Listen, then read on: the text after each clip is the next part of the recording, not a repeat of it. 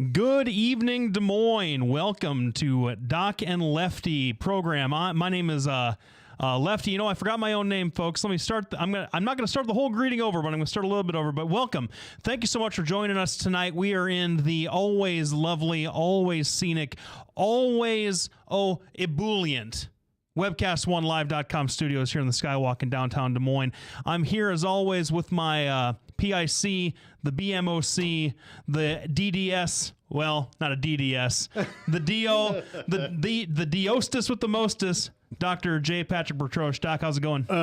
It's going well. I want to thank everybody for tuning in. We are in the downtown windswept studios in Des Moines, Iowa. Windswept. That's a good one. Yeah. I'm telling you, there's a lot of wind out there. It was so windy, you had to tie your hair back. That's right. You know what? It was so windy that I think it blew John Narciss off. Oh, no. Because he's supposed to join us tonight. He's not here yet. So I'm kind of... Do we have any idea what's going on with him yet? No, I saw him over at a restaurant on Saturday. He said he would show up. Well, so because he's thinking about maybe kind of sort of running for governor occasionally. Maybe. We want to let him say that though. We don't and say it only the way John can say it. That's true. Which is 1,000 words or more. Or more. Or more. Well, you know, I guess we'll just kind of do what we do and talk about the things that are interesting until he's able to make it. I'm sure that he's running late, running a little bit behind. I know he's as much of an avid biker as our friend Ed Fallon. So he might actually be on the bike. He might, yeah. He does it in the winter, just like I know Ed is wont to do. And by the way, thank you for to the Fallon Forum. Always appreciate following them on Tuesdays. And appreciate that. And I'm sure it was an interesting topic. I wasn't able to listen to it. I was coming here from work. So well, I'm going to YouTube this one. He actually it looked like a good show, so I'm anxious to watch it here after we get done. So good. Anyway, well, lots of things going on in local politics, all kinds of stuff. Matt Schultz declared he was going to run. For the congressional seat. Oh, he's going to switch. What do you mean he's going to switch? Oh, I'm sorry. I was saying Matt Whitaker. Matt Schultz. No, I get it. Yeah, Matt Schultz is our Secretary of State. Yeah, he's going to run for Congress, and that's going to give us a pretty good field of people that are going to be in it. David Young, Washington Insider, versus Matt Schultz, who is a Tea Party darling, especially with voter registration ID issues that he won the Secretary of State-ship on. And Joe Grandinette, who we've invited on the show, and hopefully he'll be able to join us. Joe Grandinette's running. Mm-hmm. And, of course, there's rumors of just about everybody else in the world running. There's a guy, David Odom. Do you know who that is? I don't. Have to go back through my Facebook. I'm not familiar with him. But yeah, I'm not familiar either. But anyway, he released a press statement that says, "I'm not running," and I went, "Great, yeah, sure." Well, and the session is in full swing. It is in full swing. I tried to get our super duper bestest friend ever in the whole wide world besides Brad Zahn, Tom Shaw, to come on the. Well, he said he wanted to do it next week. Oh yeah. Yeah, I was talking to him a few weeks ago, and he said that maybe at the end of the month. That he wanted that'd be good. And if we're able to make that happen, folks, you should really tune into that because it'll be Representative Shaw and I imagine talking a lot about political correctness. He and I had a pretty lengthy discussion about just what political correctness is, what PC thugs are, and whether or not it's something to be concerned about. A while back, about a month ago, and it would be interesting to get his views here in the studio. And discuss them with him. So looking forward to that. If that's not a scheduled thing yet, I got to get back and confirm that with him. But that'll be good. Otherwise, so let's talk about Matt Schultz for a little bit. All right, let's talk about it. I mean, I don't know that you know Matt Schultz personally. Well, actually, I do know him personally. You do know him personally. Yeah. Okay. Yeah. Just from around or. Oh yeah. Whenever you're doing these political things, you run into people all the time. And I'm sure it's the same on the Democratic side. You have a tendency to run into the same people over and over. And when I was, he won his Secretary of State-ship. Is that the right term? Anyway, he won that. The office. He got the office. He got the office when I was running for Congress. And we spoke at virtually every venue. I got to know him pretty good. Well, this is my not necessarily a hot take on Matt Schultz. I don't know him. It's hard to get too worked up about much that a Secretary of State or an AG or any of these sort of second tier statewide offices, second tier to the governor, by the way. I don't want to diminish those offices. They're very important. But these second tier offices are because they're not necessarily controversial offices. And then rightly so. That's true. You don't want an attorney general who's controversial necessarily, although around the country we're always hearing reports on MSNBC, Fox News about these controversial guys. But we don't, here in Iowa, we don't want to have a controversial AG. We don't want to have a controversial treasurer. We don't want to have a controversial auditor, because these are political, but sort of not. They're elected positions, but they're only quasi-political. It's just sort of how we do it. Sure. In my opinion. I mean, but Matt Schultz has developed a reputation over the last 4 years the last 4 years of being one of the more divisive, one of the more controversial secretaries of state that we've had in a long time. And and he would, I think, probably sort of welcome that analysis, that he wouldn't shy away from being considered controversial, especially by a liberal sitting in a radio station. So, and that would be true, right? Because you are one of those PC thugs. I have noticed that they either wear blue or purple. Well, I wanted to look good for you. You know. Oh, thanks. You're welcome. Before you smack me in the head with the metaphorical bat. And you're wearing a bluish kind of thing too. And the reason I say that is because Matt Schultz really has taken on this mantle of voter ID in a way that has got a lot of folks who are moderate to the left, and Republicans even, moderate Republicans to the left of the political spectrum, pretty much everybody except the Tea Party folks, a little bit riled up. And I think that that's an interesting move, especially for a guy that is in an office that's supposed to monitor these elections and do these things, and maybe you don't want to have super duper political divisiveness in that particular office. Now it sort of makes sense because he's going to run for Congress. Yeah, absolutely. Now, we're going to be back right after break. We want to thank all of our sponsors. You're listening to Doc and Lefty on webcast1live.com.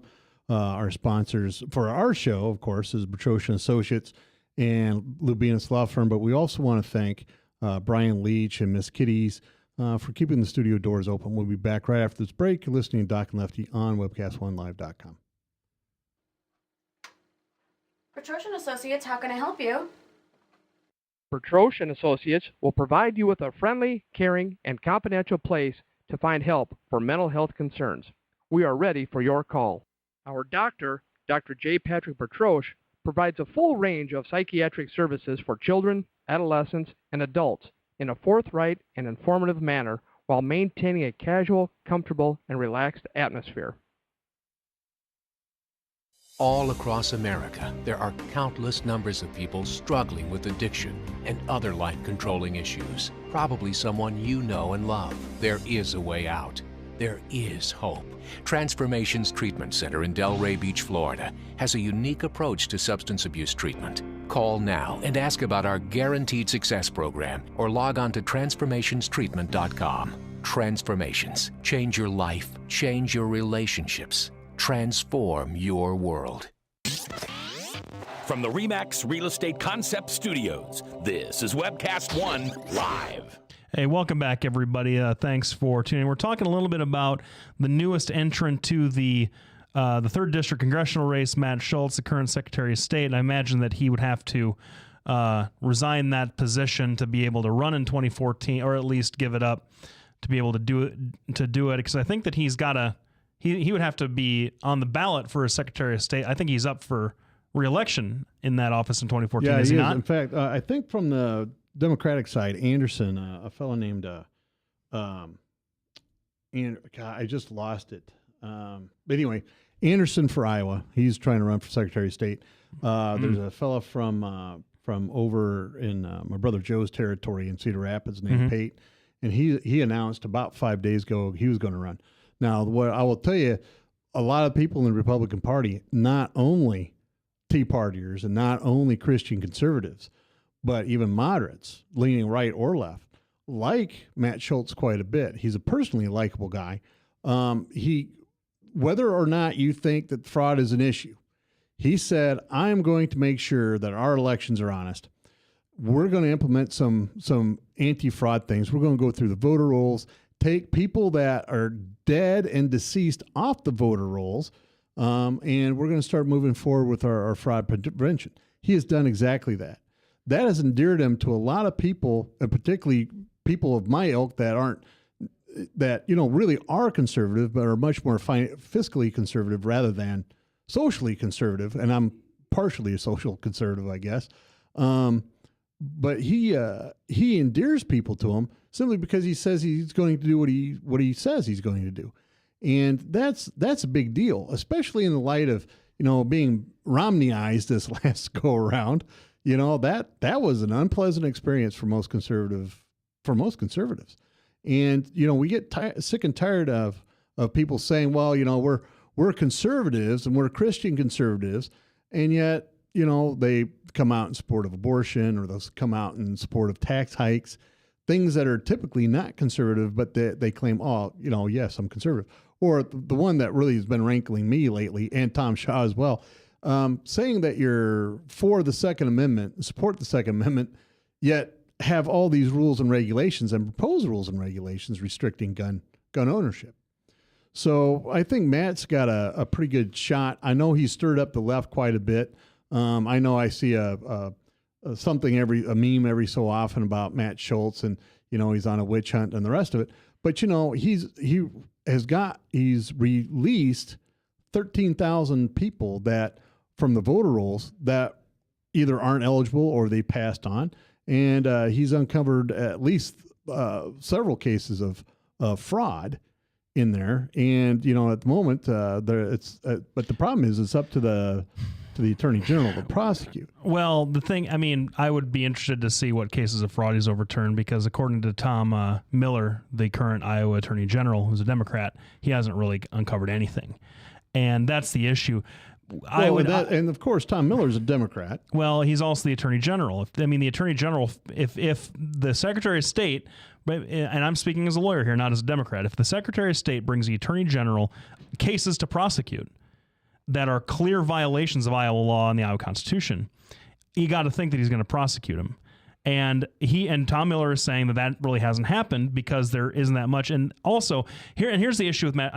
Regardless of what you think about the voter ID issue, and it's, for me as a liberal person, it's one of those things that I don't get as worked up over it, say, as I get worked up over, say, the minimum wage or unions or that, the more worker populist kind of stuff. Voter ID, boy, it's a fundamental right guaranteed by our Constitution, protected by the laws of this state. And so you'd hate to see people be disenfranchised because they're not able to procure an ID, but it's not, they're going to make it not that difficult. I don't know. I'm not getting into the merits of it necessarily. What I am saying is that if you're a Secretary of State who is making it a political issue, he wanted this. He went out and that's what got him the election. He went out there and kind of created this for himself without an Attorney General to kind of be on board 100%. It makes it look more political than an actual case of an actual problem in the state. Well, Iowa's never had a reputation for having dirty elections, ever. Well, ever. And that's true. Compared to the rest of the country, Iowa has pretty straight. We talked last week about how we split up the districts. We have a great district. We have a great district writing program. We have a great process for nominating judges. Except for the caucus in 2012, the Republican caucus 2012, and that was an aberration from Republican politics due to an incompetent Republican leadership in the Republican Party, in my opinion. Well, are you talking Matt Strawn? Is that the part? I'm talking about Mr. Spiker. Oh, Mr. Spiker. Oh, that's right, because I'm so old, my years run together. Yeah, and I would agree. Now, a little bit about Paul Pate. He's a former Iowa Secretary of State and Cedar Rapids mayor. That's tough, being a Republican mayor in Cedar Rapids. That's a tough thing to overcome that Democratic vote. So apparently he's had this before, and he's going to run again. He's on the Republican side. Now, back to Matt Schultz just for a little bit, because I want to interject that so people could look him up. It's Pate, P-A-T. Matt Schultz, Lefty brings up an interesting point. Well, geez, you have an attorney general that's not fully behind. Well, Tom Miller hasn't remained the attorney general for years and years and years, despite a serious challenge from a lady named Brenna Finley, who was basically the closest thing he had to a real election in decades. So the bottom line is this guy is very, very political. But it's just like Obamacare. Here's every other Republican governor of in the union, their attorney generals are suing, except for ours. So Tom Miller is a very political person. He may say, there's not enough evidence here. Well, you have to bring it. Matt Schultz can't bring the lawsuit. Bottom line is a lawyer can't file a lawsuit without something credible, though. Well, yeah, but the problem is I've done it and it's not good. I have to dismiss him. Just saying. Yeah, well, and I understand that, but still, it's your attorney general and the Secretary of State brought it to you, said, here is the case.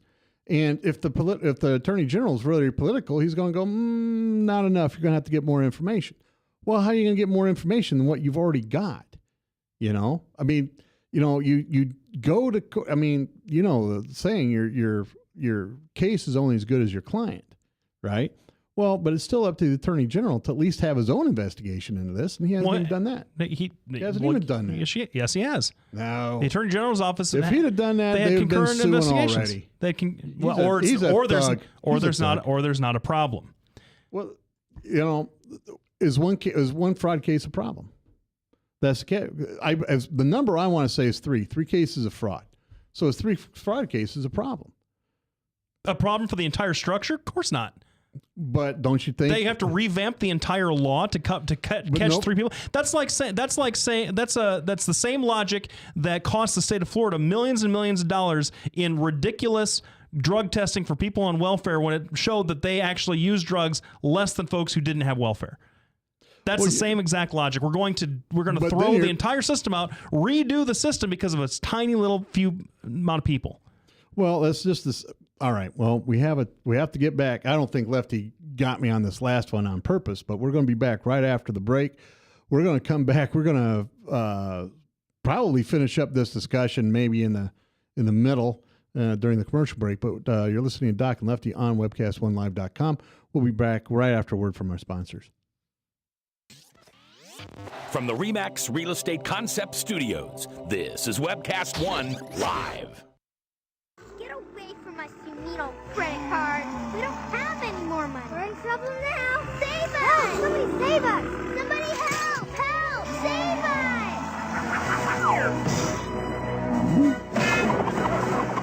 us! Hi, I'm Tom Coates from Consumer Credit of Des Moines. If your credit card's a little too animated, give us a call. Hooray! We're saved! Consumer Credit! You're our hero! If Tom Coates from Consumer Credit of America was your personal webmaster, Tom would filter out all bad debt emails. If Tom was your mailman, you'd never get any debt reduction junk mail. If Tom Coates was a lineman, he'd block any phone calls offering to reduce your credit card debt. Hi, I'm Tom Coates with Consumer Credit of America, and we're still your best choice for credit counseling. We're local, we're accountable, and we can do more. You make the call when the time's right for you. When it comes to competition, there really is none for Consumer Credit of America. Hey, welcome back, everybody. Doc was right. A lot of the times we just kiss and make up during the break. He realized that I made a good point, and we're moving on. So the next part, did you call somebody a Republican who's actually a Democrat? I called somebody a Democrat who turns out really is a Democrat. Good. This Brad Anderson, he's running for Secretary of State, and his big thing is it says right in the middle, but recently too many eligible voters have been intimidated. Yeah, like Iowans intimidate people when they go to vote, especially when we do it at church. Out of our state's technology has gone dormant. I'd probably buy that. And our tax dollars have been wasted on fruitless investigations. Well, the bottom line is the law worth defending or not? We're going to get right back to, Lefty's point is, well, if you just have that many people, doing bad things, we don't need to revamp the whole thing. And in fact, we don't need to do anything about it. Well, that is crap, because you have to be able to defend a law, and voting is a privilege and an honor. It's a right, actually. It's and not a privilege. Right to vote. And if you have people that are abusing that right, such as the Chicago machine of yesteryear, that stuff still goes on routinely. We're not in Iowa. We're Iowa, not Chicago. But it doesn't. But it doesn't matter. I mean, are 3 cases of fraud enough to go prosecute? Well, obviously. Well, of course they. Okay, this is the whole problem with your argument. Of course, you prosecute the folks that you discover have committed voter fraud. Unless you have an attorney general who isn't going to do it for political reasons. No, you have, because what the Secretary of State did was give him a whole bunch of people and on the voter rolls that he wanted to kick off for no reason. That's what he did. Well, a lot of these people were dead. And he wanted to institute an entire investigation over all of this stuff using millions and millions of taxpayer dollars to do so.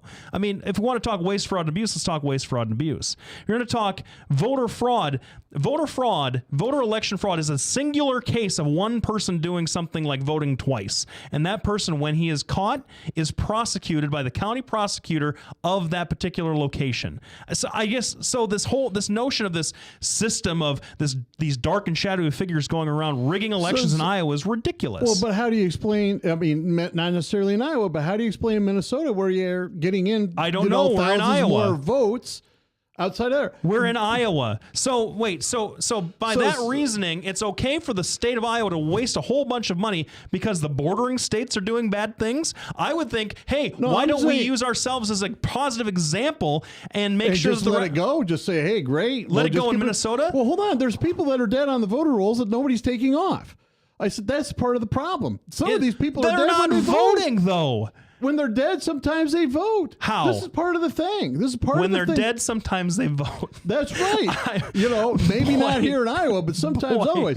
Do we want to have the evil Minnesota influence coming down here to Iowa, poisoning our ability to vote? Now, I am all for getting prepared for the zombie apocalypse, but I didn't know that I thought I had to get a shotgun and a crossbow. I didn't realize that I had to get an ID and my social security number checked out to make sure that the zombie vote apocalypse didn't engulf me too. Well, it's always good to come in with a stake and a shotgun whenever you're going to debate a liberal. That's for sure. That's for sure. The next time this midterm election, I'll have moved by then, but it would be fun to go to the Francis of Assisi Church over in West Des Moines, where I voted before, just in full on road warrior regalia with a sawed-off shotgun strapped to my back. And the minute they tried to tell me to get out because I'm carrying a gun into church, I'd assert my Second Amendment rights and have you and all of our conservative friends picket for me.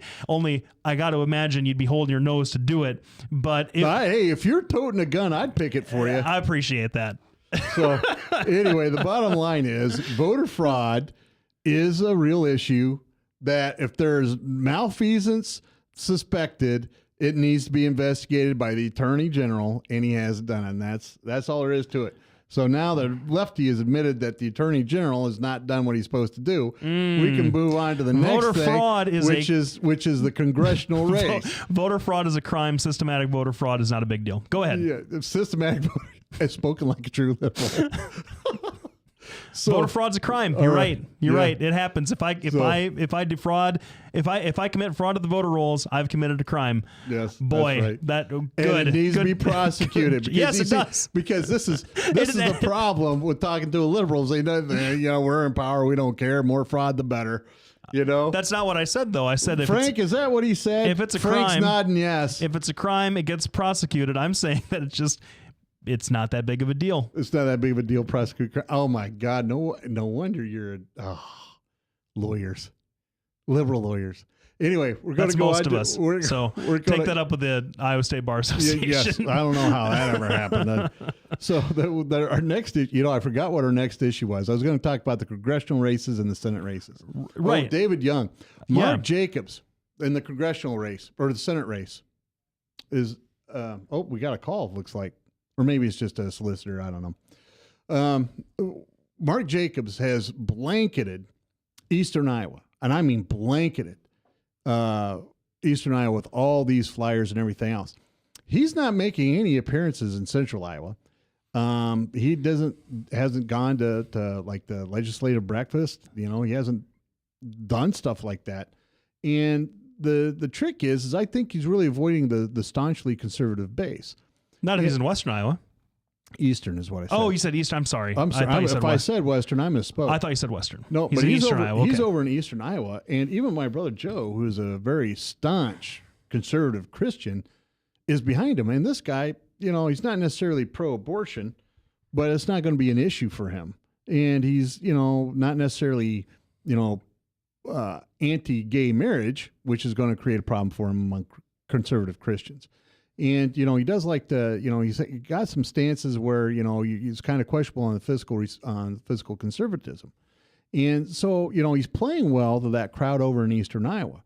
My question to you about the Senate race, Braley, on the Democratic side, really is raising a lot of money, but he's not raising nearly the amount of money you would think, being just a single candidate, being the only candidate on the Democratic side. Well, okay. What's your question? Well, my question is Joni Ernst is raising funds like you wouldn't believe, but the bottom line is because Bruce Braley has just is the only person running on the Democratic side. Who do you think? Why hasn't he raised more money? Are people just thinking the Republicans are going to self-destruct again?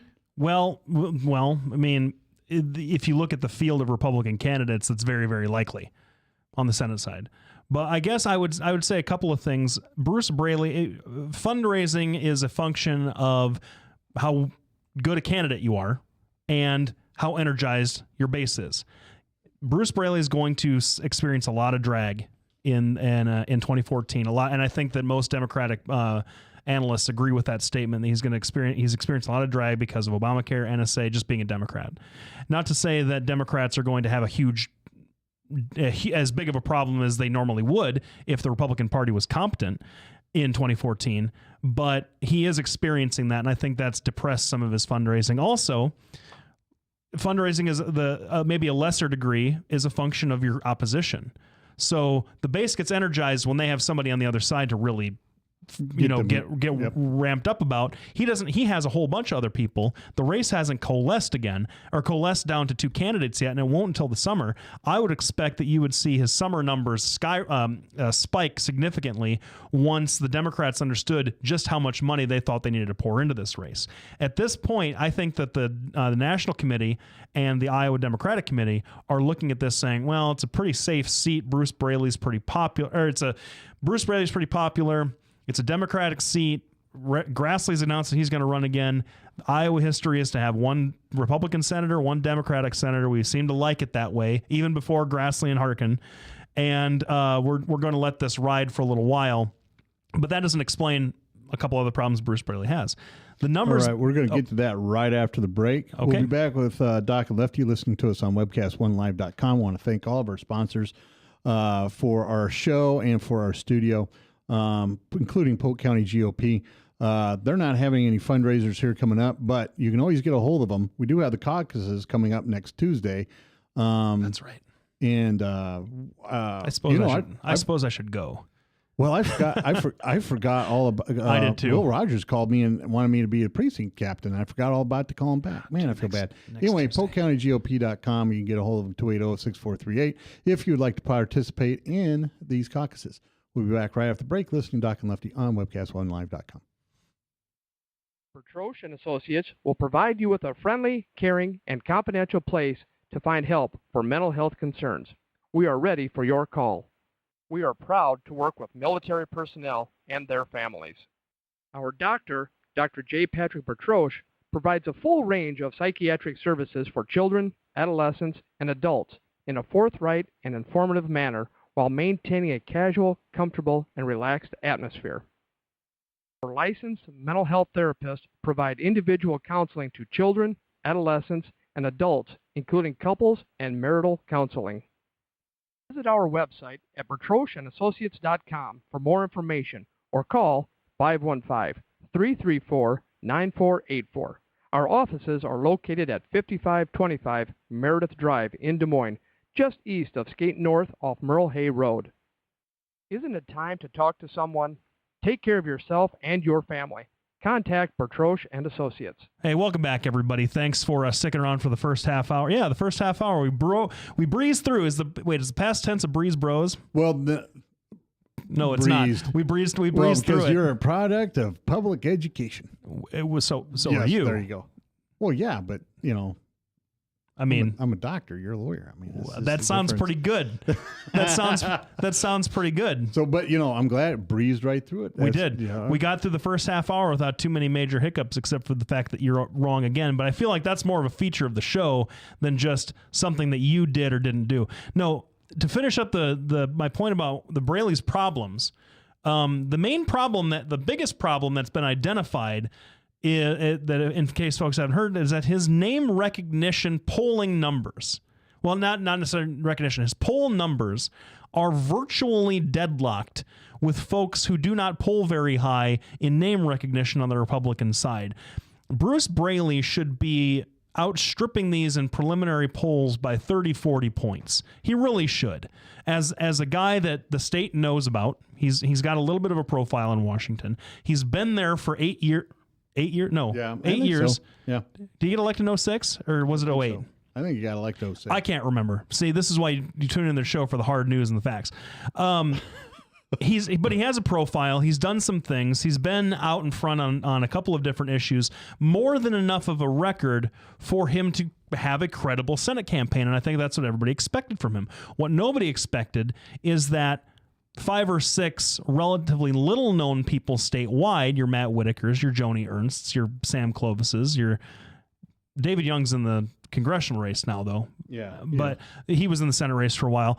That the generic Republican would poll as well as Bruce Braley, at least early on. Now, what a lot of these Democratic analysts that are looking at this saying, these pollsters say, well, kind of with the point that I made earlier, well, there's not a race yet. They're still working it out on the Republican side, and he'll get a candidate, and then the race will start to coalesce, and he'll have and when I said the summer, I meant that the race really will heat up in the summer because the Republicans will be picking candidates for the Senate next week, and then sending them to convention and getting a candidate at the end of the process. So he'll have a candidate to run against pretty soon, but until that happens, there's no way to really tell how to handicap the race. And I'm saying if you're not out early and by a big margin, then you have a lot more ground to keep to make up than you should if you are going to keep that Senate seat in the D column, and the Democrats desperately need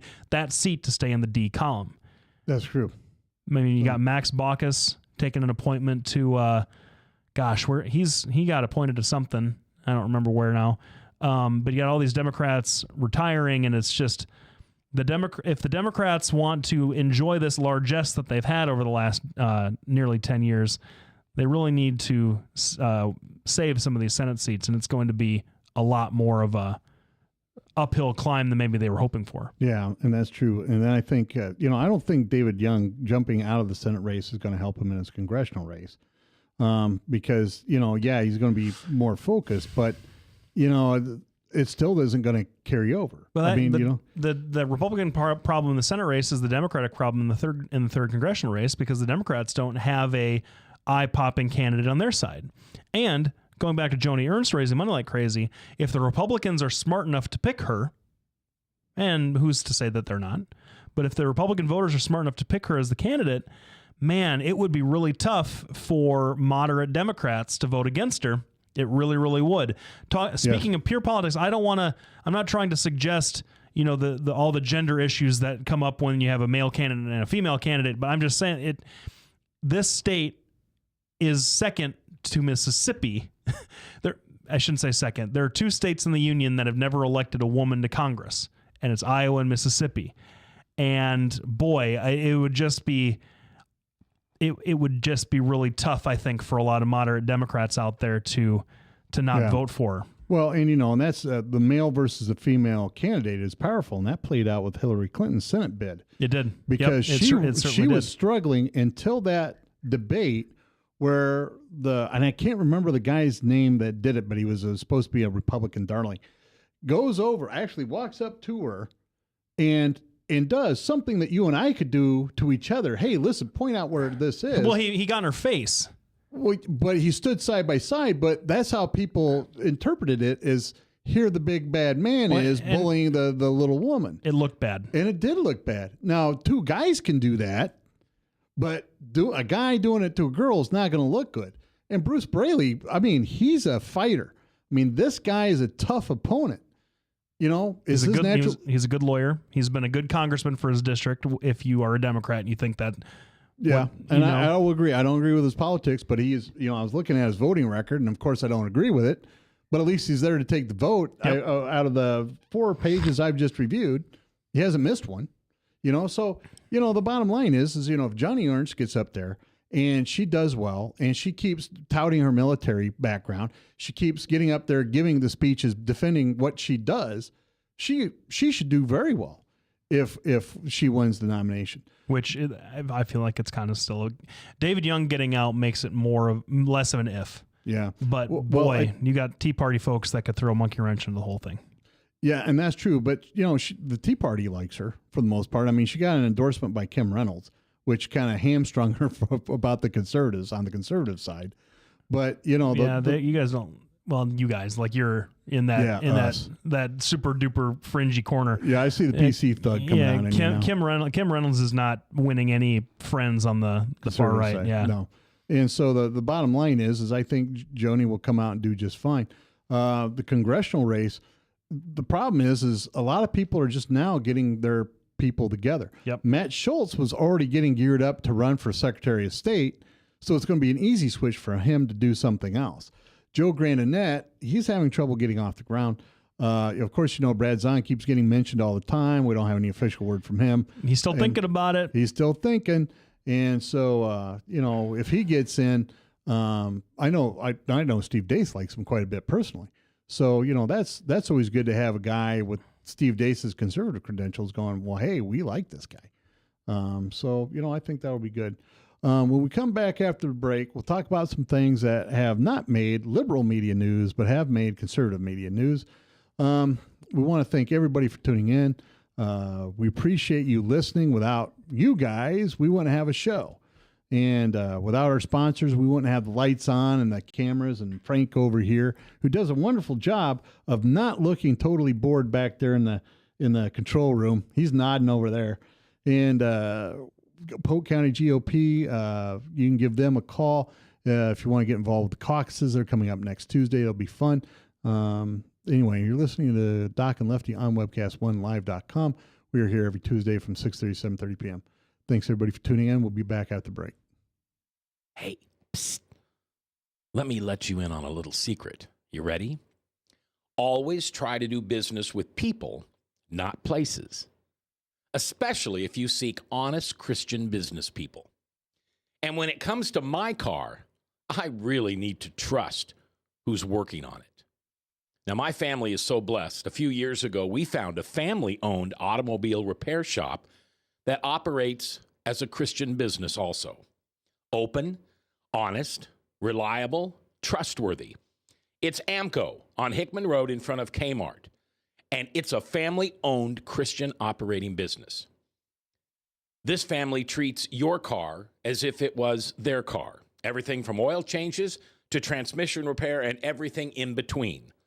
So the next time you feel the need to be at peace with your choice of who you can trust with your car, give AMCO on Hickman a chance to serve you. And tell them Max sent. From the RE/MAX Real Estate Concept Studios, this is Webcast One Live. Hey, welcome back, everybody. We're crawling out from our rock right now. We're crawling out from under the hot mic, and I don't think anybody. I will, here's a this Doc is one of the few times I've seen Lefty turn red on here. Here's the Doc and Lefty fun fact. If we make it to 387 shows, I will reveal who I was talking about during the break. So, liberal news, conservative news, Doc. They're like as if there weren't just the news. Now we've stratified them into these two polar opposite camps. What's your beef with the liberal news today? Here's the thing. I see this thing on Fox News. Now, anybody who knows me, I'm always accused of just being a Fox News Kool-Aid drinker, and I'm not. All right. I just happen to be conservative. Fox News has a lot of conservative commentators, so I happen to read it. One of the things I read on a daily basis, along with National Geographic, MSNBC, although that one almost makes me vomit. I read different newspapers from around the world. I read the Kiev Post, Pravda, Stern, Der Spiegel, several other newspapers from around the world. The Daily Mail. Yeah, the Daily Mail on occasion. A lot of good-looking women in the Daily Mail. But go ahead. But on the internet, you don't get page 3. so I take that back. I don't read the Daily Mail. Oh my. Anyway, that was a shots thanks. fired. Go ahead. Yes, thanks. I'm sorry. Oh, jeez. What was I talking about? You were talking about all the things that you read, and so you're not just right. some So conservative I was looking at Fox News, and it says Iran's president, the West has surrendered, or the U.S. has surrendered, and surrendered's in quotations. So I'm thinking, knowing how diplomat speak works, I figured, well, I better go see if he really did say surrender. So they have this tweet that says pretty much, it says this, and I may be inaccurate a little bit, but it says, we have gained what we wanted, and with this treaty, the Western powers have surrendered. That's what it says. And so I think, I wonder how everybody else is going to carry this. Well, the Stern ad carries it. The Spiegel, Der Spiegel carries it, Die Spiegel. Pravda carries it. Kiev Post doesn't carry it because they're a bunch of left-wing whack jobs run by a guy from Minnesota, of all things. And then I started looking at, MSNBC, CNN, and none of these, KCCI didn't have it. So all these left-wing papers didn't carry it at all. But if you go and look at The Guardian, they carried it. If you look at Fox, obviously they carried it. If you look at Wall Street Journal, they carried it.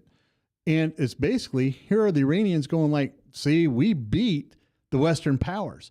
This is how you do it. Reinforcing essentially what bin Laden has said over and over, that, if you're just persistent, these people will go away.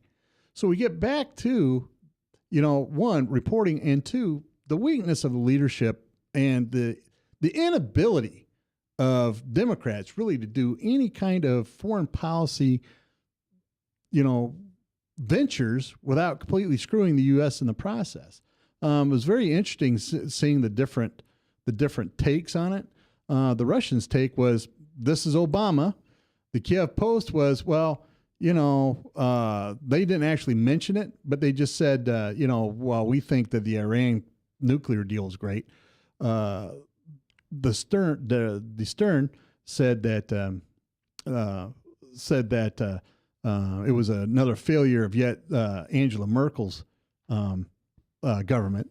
And I thought to myself, that's really strange because Merkel doesn't have anything to do with Obama or the deal down there. Well, so, they do. Germany was involved in the talks. Yeah, but it's not like they're the ones that inked the deal. They're not like the ones that, were the go-betweens like in Oslo at that one time. Five permanent members plus Germany. But I guess, well, that's the UN. You talk about these outlets carrying a tweet from the Iranian prime minister has no real authority, who is shoring up the hardliners to get behind the deal so they could stop uranium enrichment. And you say, okay, so all of these folks, were silent. I seem to remember conservatives making the argument that reporting on all of the atrocities that were going on in the Iraq and Afghanistan war would give a platform for the terrorists to spread more hate speech.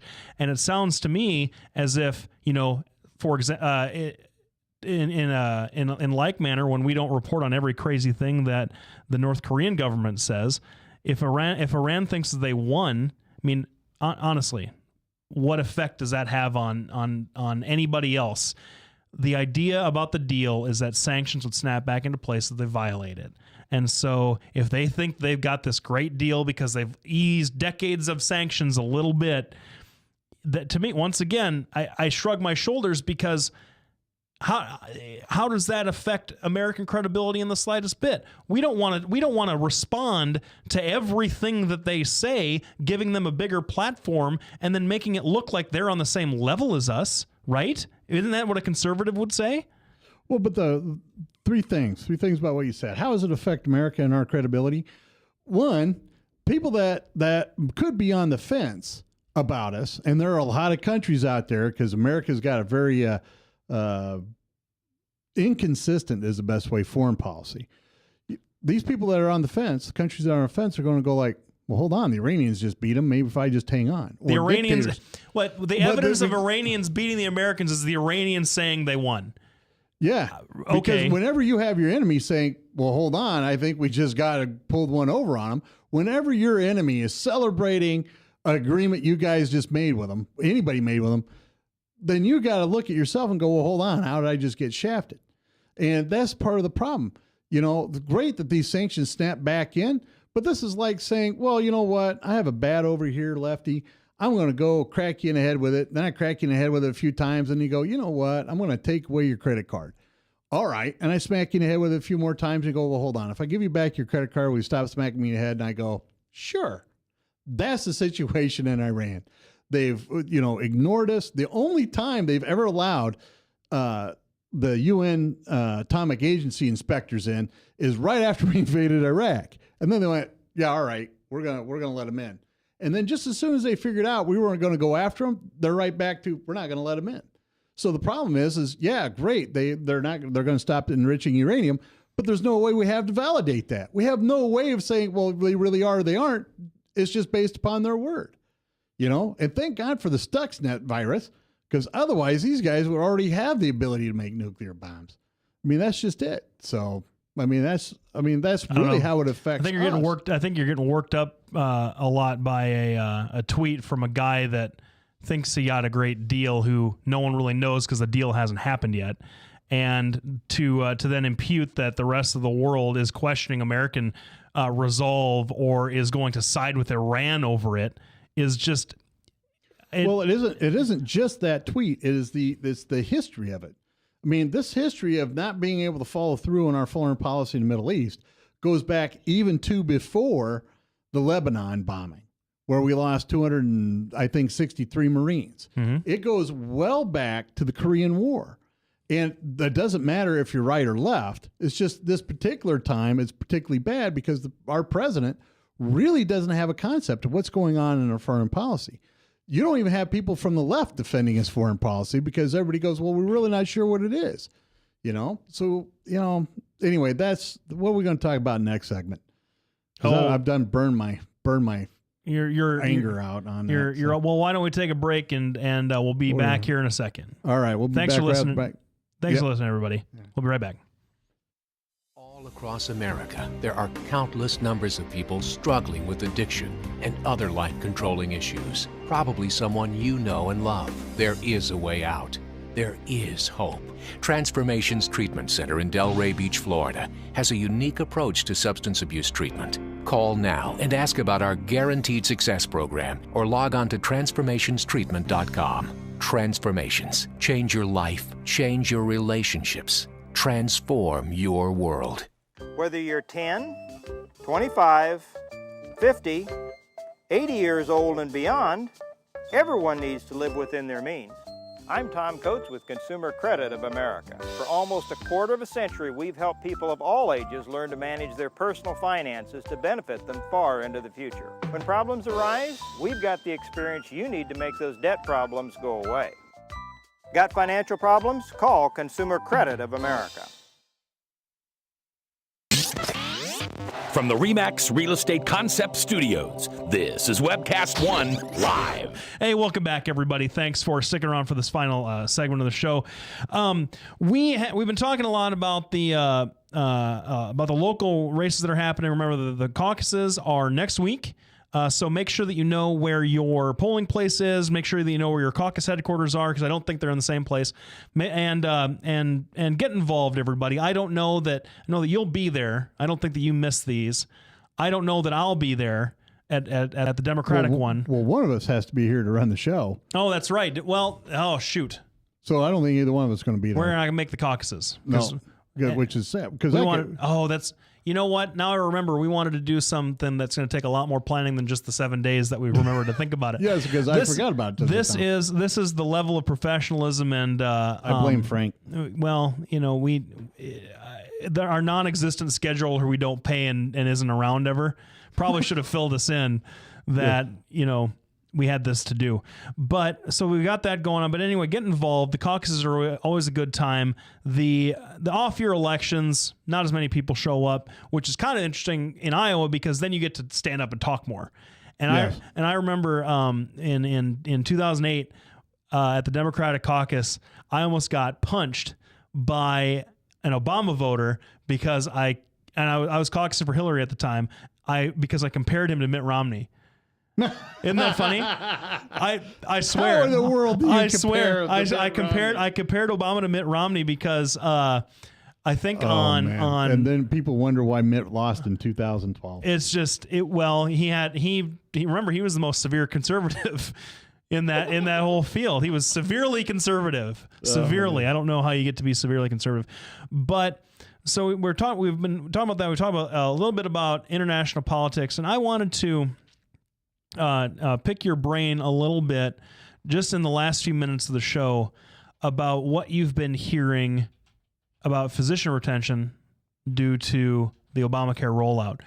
Because what I've been hearing is not congruent. I've been hearing that a lot of physicians who had been contemplating retirement are speeding up the choice now to get out, while they were already planning on doing it, but are doing it quicker now than they normally would have. But I mean, is Iowa in danger of a physician shortage? What's the problem? Well, anybody who tries to get in to see a physician in a timely fashion here in Iowa already knows that there's a physician shortage, particularly in the specialties. Of course, I'm a specialist. Child and adolescent, we don't even have 50% of the physicians we're supposed to have. Wait lists for us are 6-9 months. Now, I posted a interesting study that came out, I think, about 6 weeks ago, and it covered 3,000 doctors, which is an amazing number considering how we hate surveys. And this survey basically said that 70% of physicians plan to retire immediately or as soon as possible. And the way they define that is within the next 5 years. So 70% of the physicians polled in this survey plan to retire or leave the practice of medicine within the next 5 years. That's an astonishing number. One of the things that people don't understand that's been happening is, there's an attrition rate for every profession. And the attrition rate for physicians is usually about 6%. And that means we just very, very slowly lose the number of physicians over and over. Now, you'll see a lot of articles that say the number of physicians have gone up. Well, that's true. The number of physicians have gone up, but it hasn't kept pace with the increase in our population. So our need is actually increased over that same period of time. And that number of attrition has gone from 6% to just over 8%. And what that means is our shortage has gotten almost 33% more severe than it was before. We have many more medical school slots and medical school students really than we've ever had in our history. And that's great news. I'm glad that people are going into the practice of medicine because it can be rewarding. Here's what the problem is going to be. There's no more residency slots than there were 10 years ago. So even though we might have, I think the number was 1.4 medical students for every residency slot. So that means 40% of these students here in the next decade are just going to be medical students with no ability to practice because they don't have a residency. So you have that issue coming up.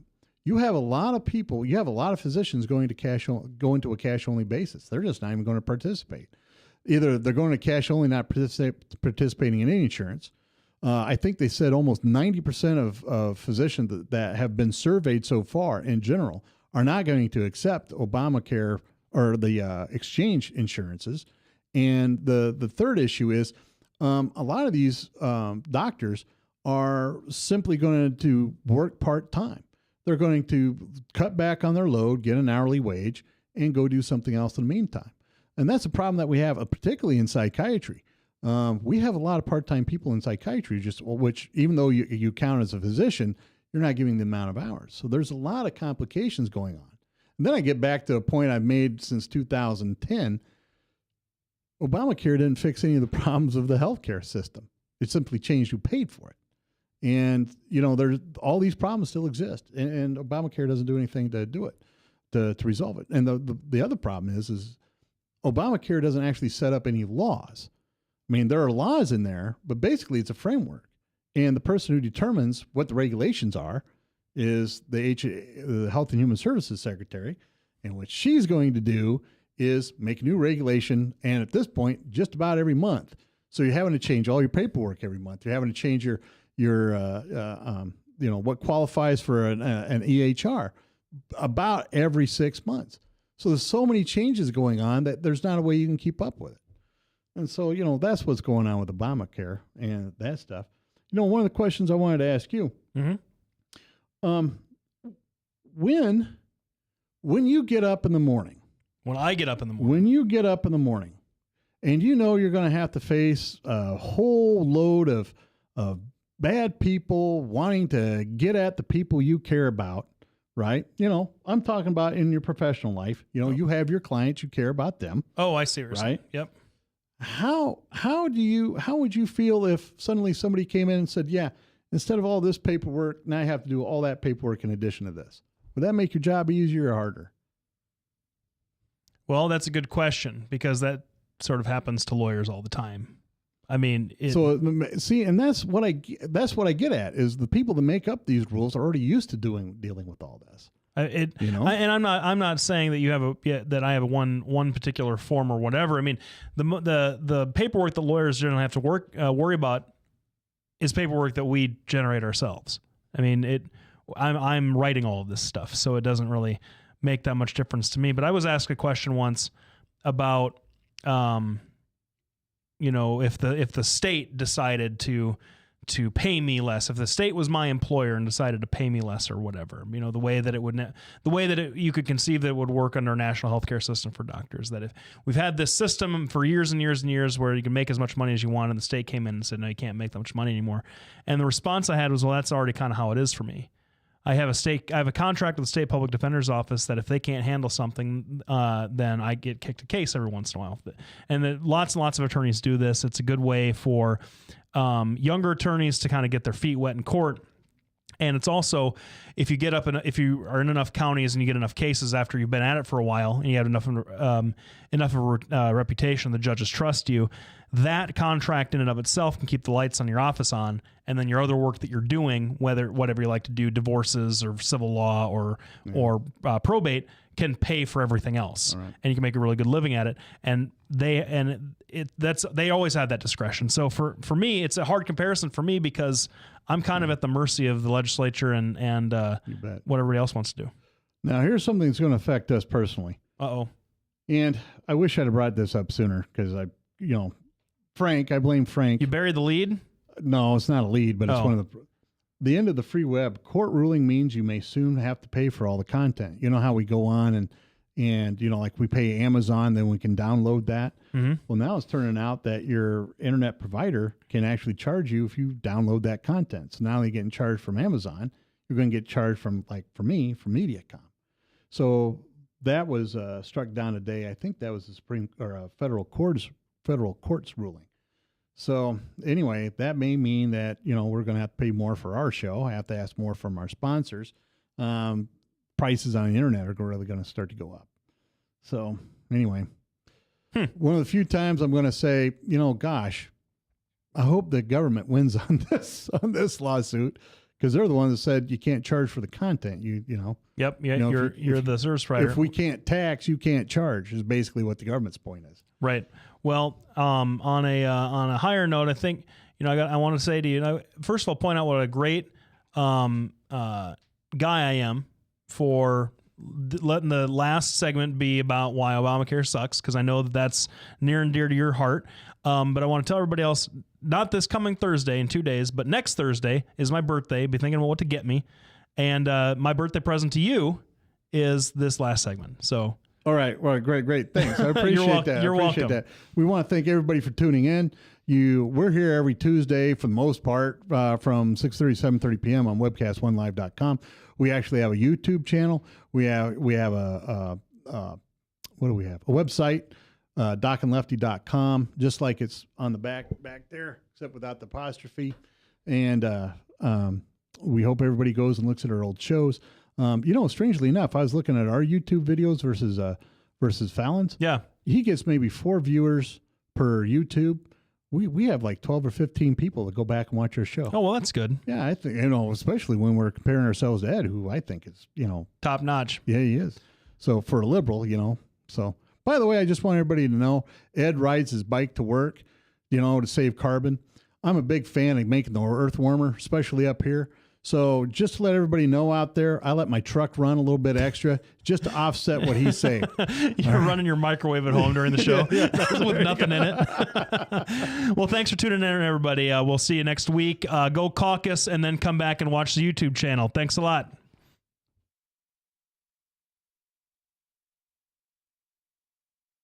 Hi, I'm Representative Tom Shaw, and I love these guys. Both of them.